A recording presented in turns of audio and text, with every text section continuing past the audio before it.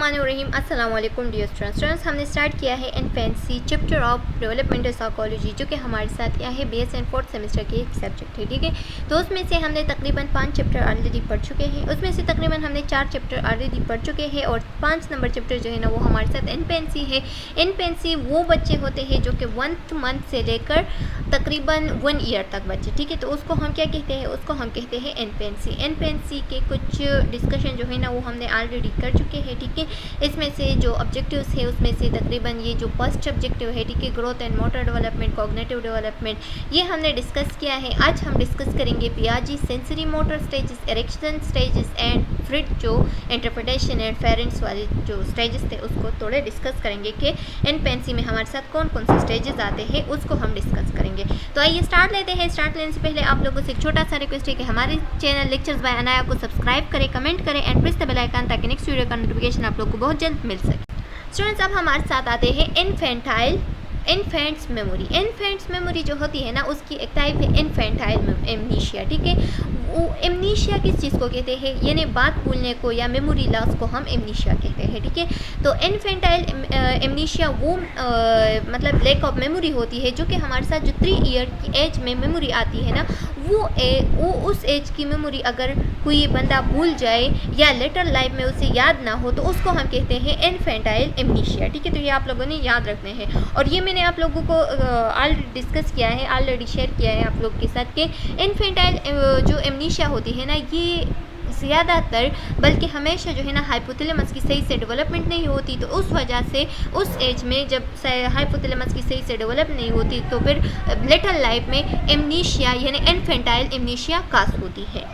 अच्छा स्टूडेंट्स, तो लिखा गया है कि the lack of memory for experience that occur prior to 3 year of age. ठीक है, जब 3 ईयर ऑफ एज की जितनी भी मेमोरीज होती है ना उसकी लैक ऑफ मेमोरीज हो गए जाए यानी लॉस ऑफ मेमोरीज हो जाए तो उस दौरान हम कहते हैं कि इन्फेंटाइल एमनीशिया है, यानी जो इन्फेंसी की जो मेमोरीज होती है ना वो भूल गया है। ठीक है, तो इस दौरान हम कहते हैं कि हाइपोथैलेमस की सही से डेवलपमेंट नहीं हुई गई है, इस वजह से इन्फेंटाइल एमनीशिया हो गई है। All thought memory are store from early infancy they can not be easily retrieved. और ऐसा भी होता है कि जो मेमोरी स्टोर हो जाते हैं ना इन्फेंसी में तो वो फिर हम दोबारा से उसकी रिहर्सल नहीं करते, उसको दोबारा से याद नहीं करते, तो इस वजह से हम उसको भूल भी जाते हैं। ठीक है, early memory are susceptible to interference from later event. ठीक है, और कभी कभार ऐसा होता है कि जब हम उस जगह में जाके उसको देखते हैं किसी चीज़ को, किसी चीज़ से रिलेटेबल हमारी जो मेमोरीज होते हैं जो कि इन्फेंसी की मेमोरी होती है, ठीक है,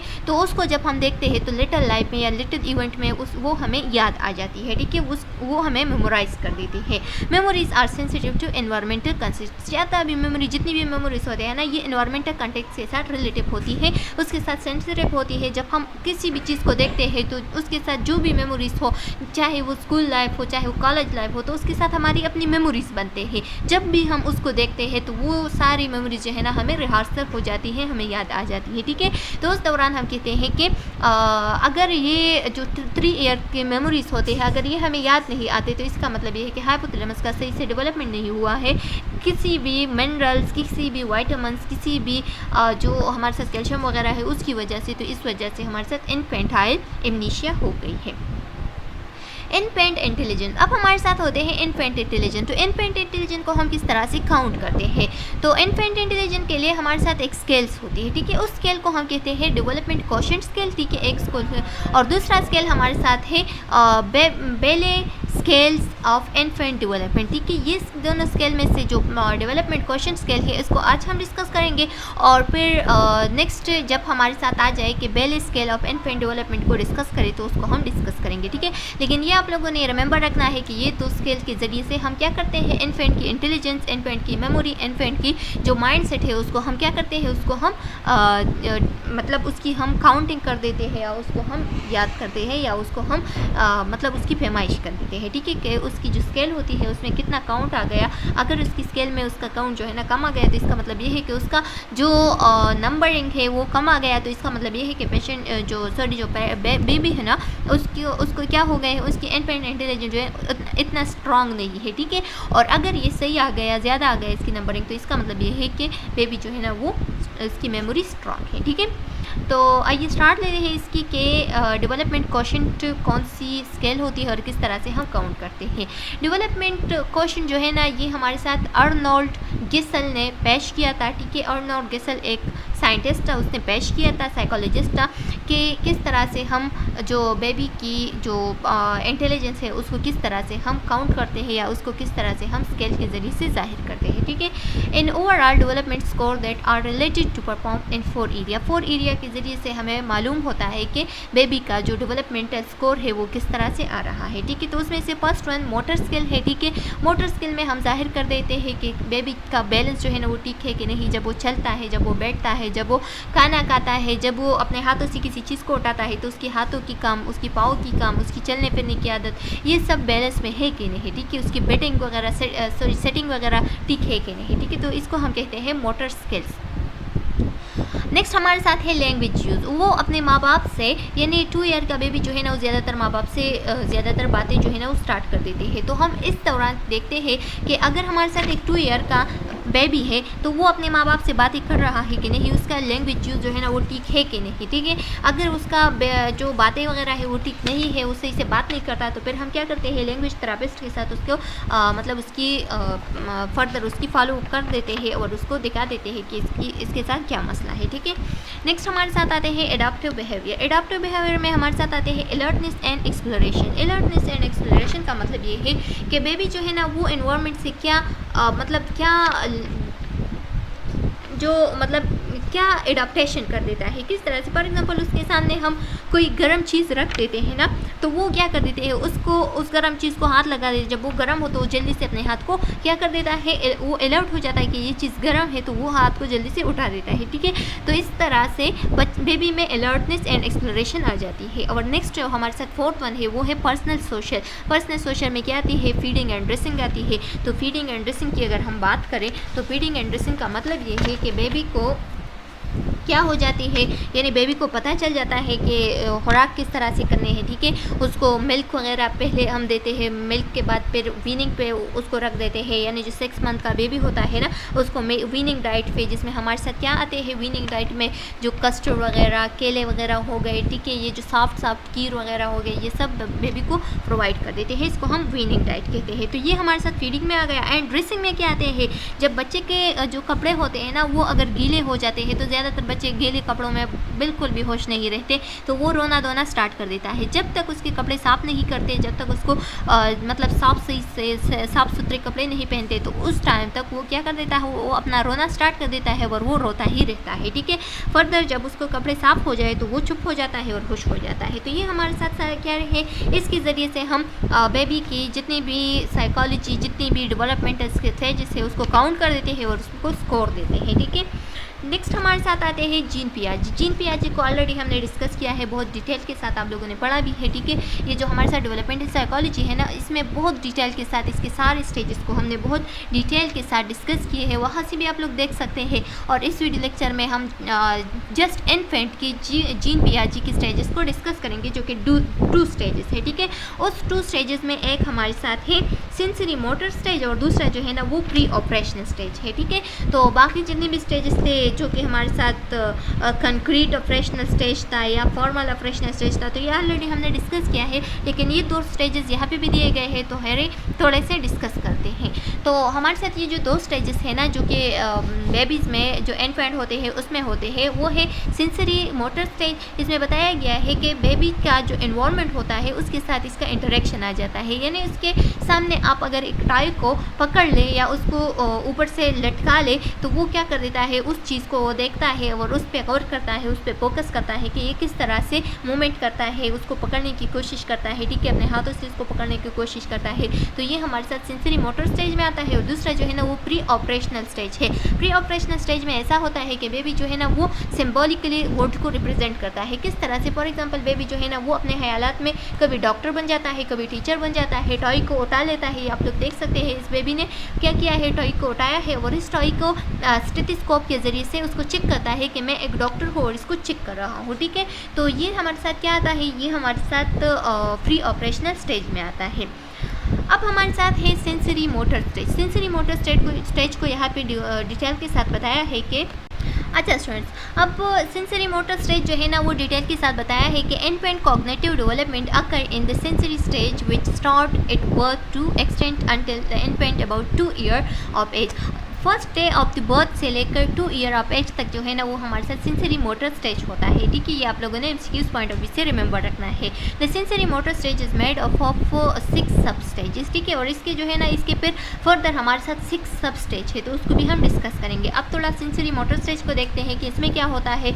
इसमें हमारे साथ बर्थ से लेकर 2 ईयर तक जितने भी बच्चे होते हैं ना वो सेंसरी मोटर स्टेज में आते हैं। इन्फेंट यूज सेंसेस, इसमें बच्चा जो है ना वो सेंसेस को यूज़ करता है। किस तरह से सेंसेस को यूज़ करता है, यानी जो 5 सेंसेस होते हैं उसको यूज़ करता है। जब गर्म चीज़ होता है तो उसको टच करके उसे पता चलता है। ठीक है, तो सेंस यूज़ करता है। दूसरा ये कि वो ज़्यादातर मतलब ठंडी चीज़ का भी पता चल जाता है। मुंह में किसी चीज़ को डालकर उसको पता चल जाता है कि ये टेस्टी है, किस तरह का टेस्ट है। ठीक है, तो इसके ज़रिए से वो अपने आंखों से देखता है। ठीक है, अपने नोज से स्मेल करता है। तो ये हमारे साथ सारे सेंसरी स्टेजेस में आते हैं और सेंसरी स्टेज में जो है ना 5 सेंसेस को यूज़ करता है। मोटर एबिलिटी टू एक्सप्लोर, ठीक है, और अपने मुँह में मोटर एबिलिटी जो है ना यानी स्किल, हैंड वगैरह हिलाना, पाँव हिलाना, ये सारे जो है ना वो इसमें जाहिर कर देता है। First exploration are innate reflex. Innate reflex में हमारे साथ क्या आता है, यानी वो हर चीज़ को उठाता है और मुंह में डालता है, वो सकिंग करता है मुंह के ज़रिए से। ये सारे हमारे साथ इनेट रिफ्लेक्सेस होते हैं। इनेट मतलब जब पैदाइश से जो रिफ्लेक्सेस हमारे साथ होते हैं जो कि उसके साथ मतलब गॉड गिफ्टेड आते हैं। किस तरह से, यानी बच्चे को किस तरह से पता चलता है कि अगर मैं जो फीडर होता है उसको सक कर लूँ तो मेरे मुँह में दूध आ जाएगा। ठीक है, तो ये हमारे साथ क्या है, गॉड गिफ्टेड रिफ्लेक्सेस है। ठीक है, वो उसके मुँह में जब हम फीडर को देते हैं या उंगली को भी देते हैं तो वो क्या कर देता है, वो उंगली को भी अपनी तरफ जो है ना उसको सक करता है। ठीक है, और फीडर वगैरह को भी सक करता है। उसको उसके ज़रिए से उसे सेटिस्फैक्शन मिलता है, उसे मिलता है कि मुझे क्या हो गया, मुझे खुराक मिल गया इसके ज़रिए से। ठीक है, तो फिर ये रिफ्लेक्स जो है ना उसका बहुत ही मतलब बहुत ही मजबूत हो जाता है। तो जब भी कोई भी चीज़ उसके मुँह में या हाथ में दे दो तो वो डायरेक्ट ही सकिंग स्टार्ट कर देता है उस चीज़ का। ठीक है,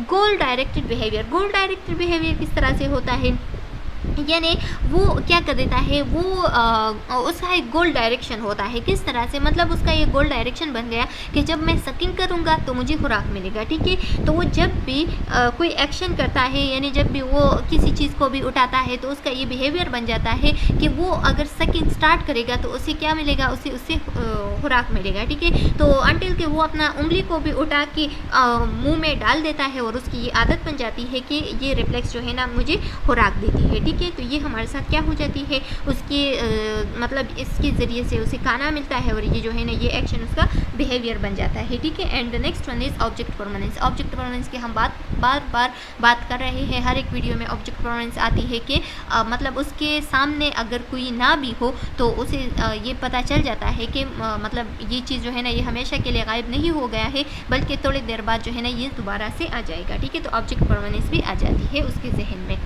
ये आप लोग देख सकते हैं, ये 6 स्टेजेस है। इसमें एक एक को हम डिटेल के साथ डिस्कस करेंगे। जो स्टेज 1 होता है उसको हम रिफ्लेक्स स्टेज कहते हैं। ठीक है, रिफ्लेक्स स्टेज में बहुत सारी बातें हैं उसको हम डिस्कस करते हैं। ये हमारे साथ बर्थ से लेकर 6 वीक्स तक होते हैं। तो ये आप लोगों ने एमसीक्यूज पॉइंट ऑफ व्यू से ये सारा टेबल बहुत डिटेल के साथ याद करना है, क्योंकि इससे बहुत सारे एमसीक्यूज आएंगे। जितने भी टेबल्स हैं ना साइकोलॉजी में, तो ये सारों को याद करना है, सारे एमसीक्यूज टेबल से आते हैं। ठीक है, स्टेज 2 जो है ना वो हमारे साथ प्राइमरी सर्कुलर रिएक्शन है जो कि 6 वीक से लेकर 4th मंथ तक होता है।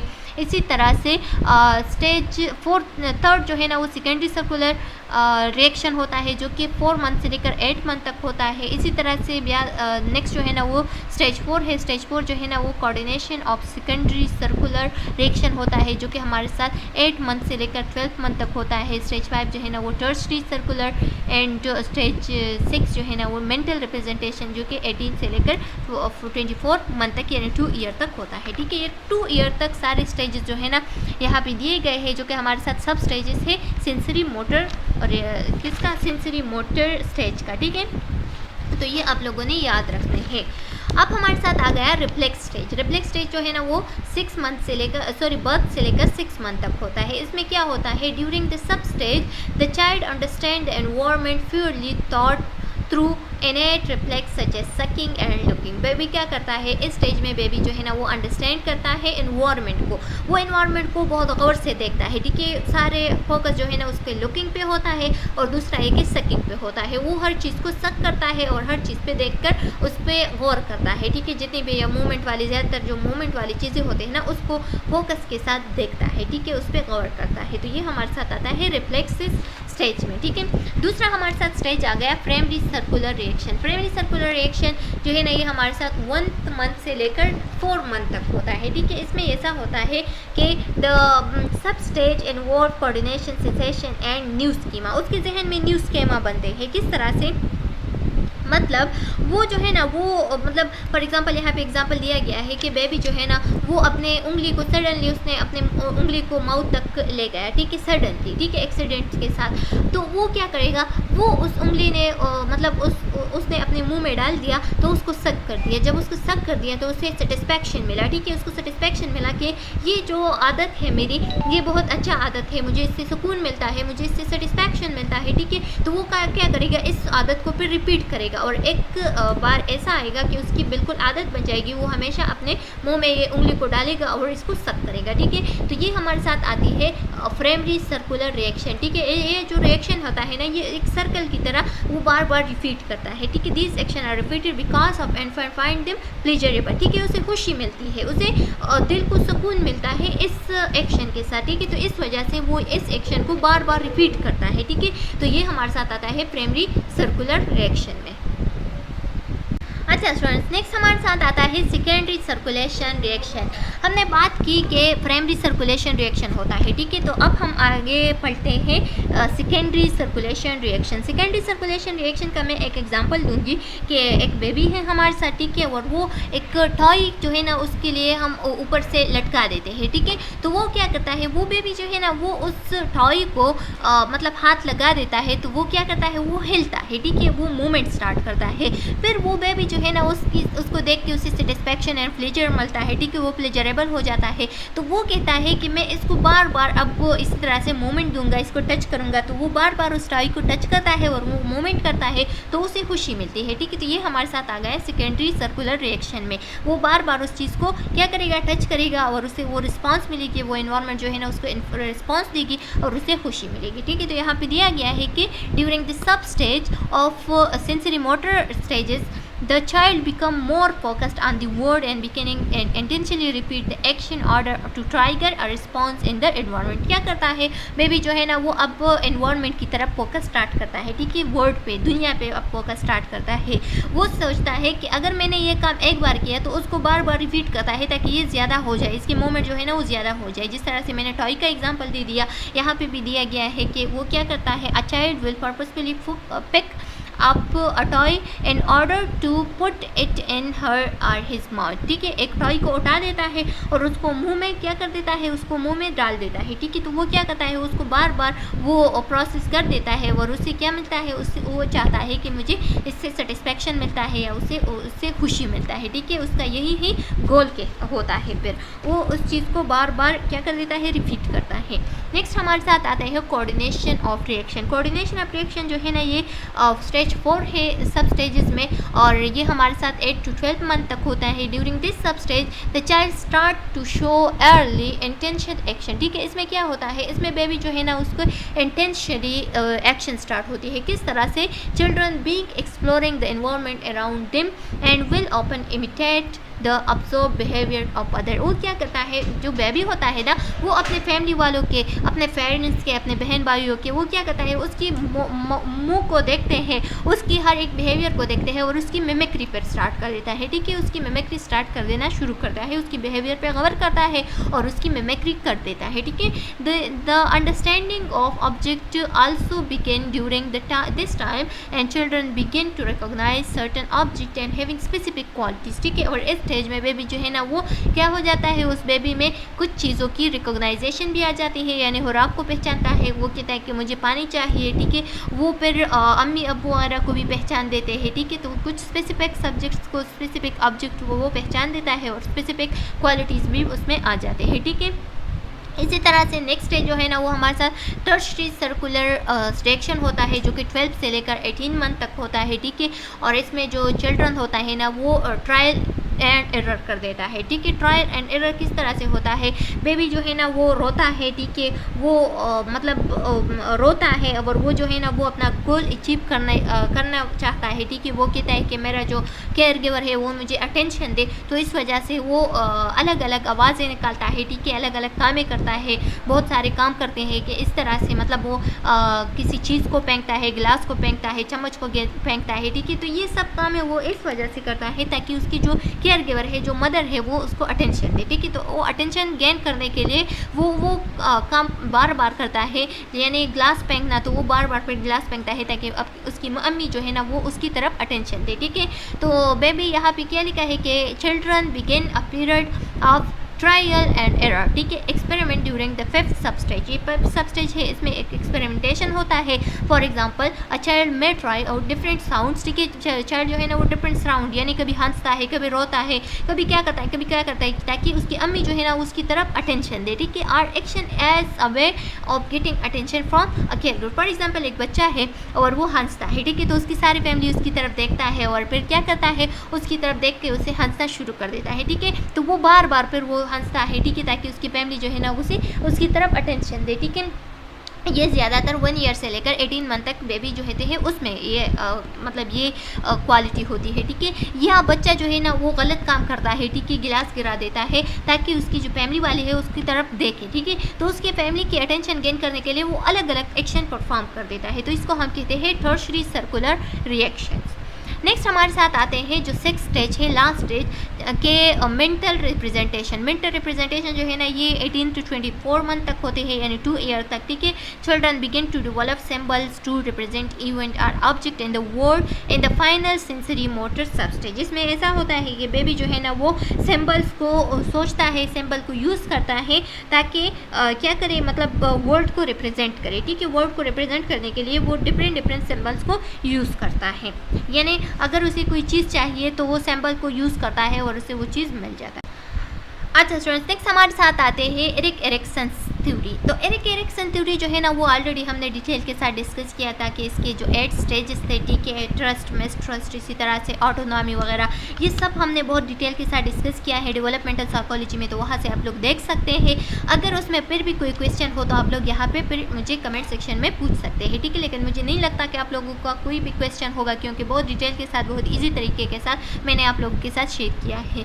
लेकिन इसमें जो 2 स्टेजेस है एरिक एरिक्सन की, तो उसको थोड़ा टच देते हैं कि क्या लिखा है कि the first stage is trust and mistrust. इसमें ऐसा होता है कि बेबी जो है ना वो जिस तरह से मैंने आप लोगों को एग्जांपल दी थी उस थ्योरीज़ में जो कि हमारे साथ 8 स्टेजेस थे, वो सारे जिस तरह से हमने पढ़े थे कि एक बेबी होता है, उसके घर में मतलब कोई मेहमान आ गया, ठीक है, एक आंटी आती है, वो आंटी जो है ना उसको बुला देती है, ठीक है, और वो उस आंटी के पास चला जाता है। अगर उस आंटी ने उस बेबी के साथ प्यार किया, ठीक है, उसको कुछ चॉकलेट वगैरह दिया, तो उसका एक ट्रस्ट क्रिएट हो जाएगा, ठीक है, और वो बेबी जो है ना वो हर किसी के साथ फिर ट्रस्ट के साथ मिलेगा, दुनिया पे वो ट्रस्ट स्टार्ट करेगा। लेकिन अगर एक बेबी है और वो उस आंटी के पास चले जाता है और उस आंटी ने क्या किया, उसे डांटा पीटा, ठीक है, और उसे गुस्सा किया, तो वो क्या करेगा, उस बेबी का अब मिसट्रस्ट पैदा होगा। मिसट्रस्ट किस तरह से, यानी वो अब दुनिया पे ट्रस्ट नहीं करेगा। जब भी उसे कोई बुलाएगा तो वो नहीं जाएगा, क्योंकि वो डरेगा कि ये मुझे मारेगा, ठीक है। जब भी उस औरत को देखेगा तो फिर वो डरेगा, ठीक है। तो लिखा गया है कि ये हमारे साथ तो जो 1 मंथ तक बेबी होता है ना उसमें होता है, ठीक है, सॉरी 1 ईयर तक, बर्थ से लेकर 1 ईयर तक बेबी में ये स्टेज होता है।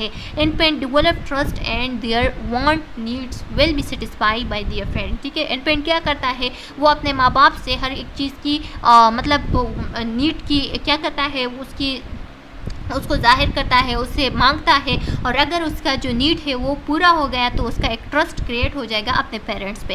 If parents are not attentive, अगर पेरेंट ने उसका नीड जो है ना वो पेरेंट ने डन नहीं किया, पेरेंट ने उसका नीड जो है ना वो पूरा नहीं किया, तो उसका एक मिसट्रस्ट पैदा हो गया, ठीक है। तो ये स्टेज जो है ना ये हमारे साथ 1 ईयर के बेबी का होता है, जो कि इन्फेंट होता है। फिर हमारे साथ सेकंड स्टेज आता है जो कि autonomy and shame and doubt होता है। तो उसमें क्या होता है, जो शेम एंड डाउट होता है, ठीक है। तो इसमें क्या होता है कि ये हमारे साथ तो 1 to 3 ईयर का जो बेबी होता है उसमें होता है। उसमें ऐसा होता है कि बेबी जो है ना वो चाहता है कि मैं अपने काम खुद करूँ, ठीक है। वो अपने काम खुद करना चाहता है। वो चाहता है कि मुझे पानी पीना है तो वो खुद चला जाके वो पानी पीना स्टार्ट कर देता है। वो कहता है कि मैंने खुद ही खुराक करना है, ठीक है। तो अगर उसकी अम्मी ने उसे डांटा और कहा कि तुम नहीं कर सकते, तुम देखो अपने एज को देखो और तुम ये काम देखो तुम किस तरह से करोगे, तो उसमें क्या, उसमें शेम एंड डाउट पैदा हो जाएगा, ठीक है। अगर उसकी अम्मी ने उसे खुद मुख्तियार छोड़ दिया और कहा कि हाँ तुम कर सकते हो, ये लो तुम खा लो, खुद खा लो, चाहे वो अपने कपड़े वगैरह क्यों गंदे ना करे, ठीक है।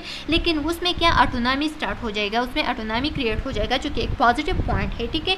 तो ये हमारे साथ इसकी जो 8 स्टेजेस थे उसकी सारों के एक पॉजिटिव और एक नेगेटिव साइड थी। अगर पॉजिटिव साइड पे बच्चा चला गया तो वो कामयाब बच्चा होगा, अगर नेगेटिव साइड पे चला गया तो वो एक नाकाम बच्चा होगा, ठीक है। और एंड स्टेज तक वो नाकाम ही रहेगा।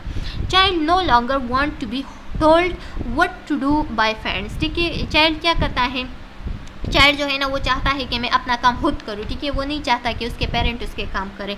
Child will learn to become autonomous, child चाहता है कि मैं अपना खुद मुख्तियार बन जाऊँ, ठीक है, मैं अपना काम खुद करूँ। एप्पो parents allow them to sense of control over the life, child gain sense of individuality के क्या होता है कि पेरेंट्स से अगर अलाउ किया कि हाँ तुम कर सकते हो, तुम अपना लाइफ जो है ना खुद कंट्रोल में ले सकते हो, तो चाइल्ड में ऑटोनॉमी यानी इंडिविजुअलिटी का सेंस आ जाएगा, ठीक है। चाइल्ड में बी कोऑपरेटिव टू आर्ट्स स्टबर्नस, ठीक है। और चाइल्ड जो है ना वो एक कोऑपरेटिव बच्चा बन जाएगा। नेक्स्ट हमारे साथ आते हैं सेगमेंट फ्रेड। सेगमेंट फ्रेड के तकरीबन 5 स्टेजेस थे, वो भी हमने डिस्कस किए हैं बहुत डिटेल के साथ। वो हमारे साथ साइकोलॉजी की डिफिनीशन में है, ठीक है, वहाँ से आप लोग देख सकते हैं। लेकिन यहाँ पे जो 2 स्टेजेस है उसको हम यहाँ पे डिस्कस करेंगे। लिखा गया है कि Freud based his theory of childhood develop on the belief that sexual energy ठीक है, term libido यानी sexual drives was the driving force of human behavior, ठीक है। ह्यूमन बिहेवियर का जितनी भी ये क्वालिटीज़ थे उसने डिस्कस किए थे, ठीक है। He proposed a children progress through 5 stages में उसकी जो साइकोसेक्सुअल डेवलपमेंट था वो सारा डिस्कस किया था चिल्ड्रन की, ठीक है। एंड फ्रेड ने फिर क्या किया था कि sexual impulses particularly and children was considered for his time, ठीक है। अपना अपना टाइम होता है हर एक स्टेज का, और उसने बहुत डिटेल के साथ डिस्कस किया था। हमने भी डिटेल के साथ फिर आप लोगों के साथ शेयर किया है, वहाँ से आप लोग देख सकते हैं। हमारे चैनल की प्लेलिस्ट में एक टॉपिक होगा जो कि डिफिनीशन ऑफ साइकोलॉजी है, ठीक है। तो वहाँ से आप लोग पढ़ सकते हैं। ये आप लोग देख सकते हैं, ये सारे स्टेजेस थे, ये बहुत डिटेल के साथ वहाँ पे डिस्कस हुए हैं, तो मैं यहाँ पे आप लोगों के साथ नहीं बताऊँगी या शेयर नहीं करूँगी। अब हमारे साथ वो 2 स्टेजेस है जो कि फ्रेड ने डिस्कस किया है कि इन्फेंट में ये 2 स्टेजेस होते हैं, ठीक है। तो एक स्टेज हमारे साथ ओरल स्टेज है और दूसरा जो है ना वो एनल स्टेज है। ओरल स्टेज में क्या होता है कि बच्चा जो है ना वो हर एक चीज़ को अपने मुंह में डाल देता है, जो कि हमारे साथ 18 मंथ तक बच्चा होता है, यानी बर्थ से लेकर 18 मंथ तक, ठीक है। वो हर एक चीज़ को अपने माउथ में डाल देता है और उसको सक करता है, उसको च्यू करता है, इससे उसे सेटिस्फैक्शन और प्लेजरिज्म मिलता है, ठीक है। तो वो इस चीज़ को क्या करता है, इसके साथ उसको ग्रेटिफिकेशन मिलती है यानी प्लेजर मिलती है, ठीक है। तो ये चीज़ जो है ना उसकी मेन रोल थी ओरल स्टेज में। तो स्टूडेंट्स यहाँ पे लिखा गया है कि स्टेज 1 ओरल स्टेज है। ओरल स्टेज जो है ना वो बर्थ से लेकर 18 मंथ तक होता है। Main side of pleasure gratification is the mouth, ठीक है। उसका main side of pleasure and gratification जो है ना वो माउथ होता है। वो हर एक चीज़ को सक करता है, च्यू करता है एंड बाइट कर देता है, ठीक है। दूसरा जो स्टेज है वो हमारे साथ एनल स्टेज है। और एनल स्टेज में क्या होता है कि ये 1 to 3 ईयर तक बेबी में होता है। इसमें ऐसा होता है कि जो इसकी मेन साइड होती है ना ग्रेटिफिकेशन एंड प्लेजर की, तो वो एनस होती है। वो ज़्यादातर जो मतलब ब्लैडर फंक्शनिंग वगैरह, टॉयलेट ट्रेनिंग वगैरह, इस पे ज़्यादा फोकस करता है, ठीक है। इससे उसे ग्रेटिफिकेशन एंड प्लेजर मिलती है। और इसकी जो स्ट्रगल होती है वो ये होती है कि वो अपने आप पे कंट्रोल ला सके, ठीक है। यानी वो अपनी टॉयलेट की जितने भी फंक्शन है उस पर कंट्रोल ला सके। If toilet training is difficult, अगर उसके लिए जो टॉयलेट मतलब ट्रेनिंग है वो डिफ़िकल्ट हो, चाइल्ड में become इनली fixated and may not pass beyond anal stage, ठीक है। और बेबी जो है ना फिर उसके बाद अगर ये उसके लिए डिफरेंट हो तो बेबी जो है ना इस स्टेज से पास नहीं हो जाएगा, ठीक है। वो ये स्टेज उसके लिए बहुत डिफ़िकल्टी वाला स्टेज बन जाएगा और इससे आगे नहीं चल पाएगा। In adult this is may be manifest itself and obsessive compulsive personality disorder, ठीक है। और ये एक कंपल्सिव पर्सनैलिटी डिसऑर्डर भी आगे बन सकती है अगर बेबी में ये ट्रेनिंग सही से नहीं हो गया या उसके लिए डिफ़िकल्ट बन गया। तो चलो स्टूडेंट्स, यहाँ तक हमारा जो चैप्टर है वो कंप्लीट हो गया। एक क्वेश्चन है यहाँ पे दिया गया है कि when does weaning diet start. Weaning diet जो है ना वो बेबी के लिए कब स्टार्ट होता है क्योंकि to infant, and what disease are result in nutritional deficiency. और न्यूट्रिशनल डिफिशिएंसी से कौन कौन से डिजीज़ जो है ना वो काज हो सकती है। ठीक है, तो आप लोगों को पता होना चाहिए कि जो वीनिंग डाइट है इसका जवाब आप लोग दे दें मुझे। ठीक है, और मैं भी दे देता हूँ कि वीनिंग डाइट जो है ना वो 6 मंथ के बेबी में स्टार्ट होते हैं। ठीक है, जो 6 मंथ का बेबी हो जाता है तो उस दौरान हम वीनिंग डाइट स्टार्ट कर देते हैं। उससे पहले कभी भी स्टार्ट नहीं करना है क्योंकि ये जो मदर की मिल्क होती है ना, ये इसमें बहुत सारे न्यूट्रिशन, बहुत सारे वाइटामिन वगैरह होती है जो कि बेबी के हेल्थ के लिए बहुत ज़रूरी है, बेबी के इम्यूनिटी के लिए बहुत ज़रूरी होते हैं। ठीक है, उसकी इम्यूनिटी इससे स्ट्रांग होती है, इसके ब्रेन बहुत स्ट्रांग हो जाते हैं। उस दौरान तक बेबी के जो सारे बॉडी नीड्स है वो कंप्लीट हो जाते हैं और फिर फर्दर डाइट जो है ना वो हम रिकमेंड कर सकते हैं, जो कि जिसको हम वीनिंग डाइट कहते हैं। फिर देखा गया है कि वीनिंग डाइट में हमारे साथ क्या क्या आते हैं, तो जो कस्टर्ड वगैरह, खीर वगैरह हो गए, ठीक है, एंड जो बनानास हो गए, जो सॉफ्ट फूड होते गए, ठीक है, तो ये सारे हम दे सकते हैं। एंड नेक्स्ट क्या हो गया कि व्हाट डिजीज़, कौन कौन सी डिजीज़ जो है ना वो न्यूट्रिशनल डिफिशिएंसी की वजह से काज हो सकती है।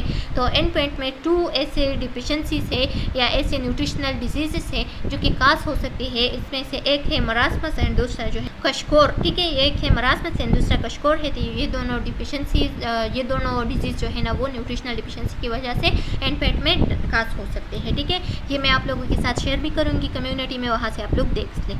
तो चलो स्टूडेंट्स, उम्मीद है कि आप लोगों को ये समझ में आ गया होगा। अगर ये चैप्टर समझ में आ गया है तो हमारे चैनल लेक्चर्स बाय अनाया को सब्सक्राइब करें, कमेंट करें and press the bell icon ताकि नेक्स्ट वीडियो का नोटिफिकेशन आपको बहुत जल्द मिल सके। नेक्स्ट वीडियो में मिलते हैं, तब तक के लिए अल्लाह हाफ़िज़।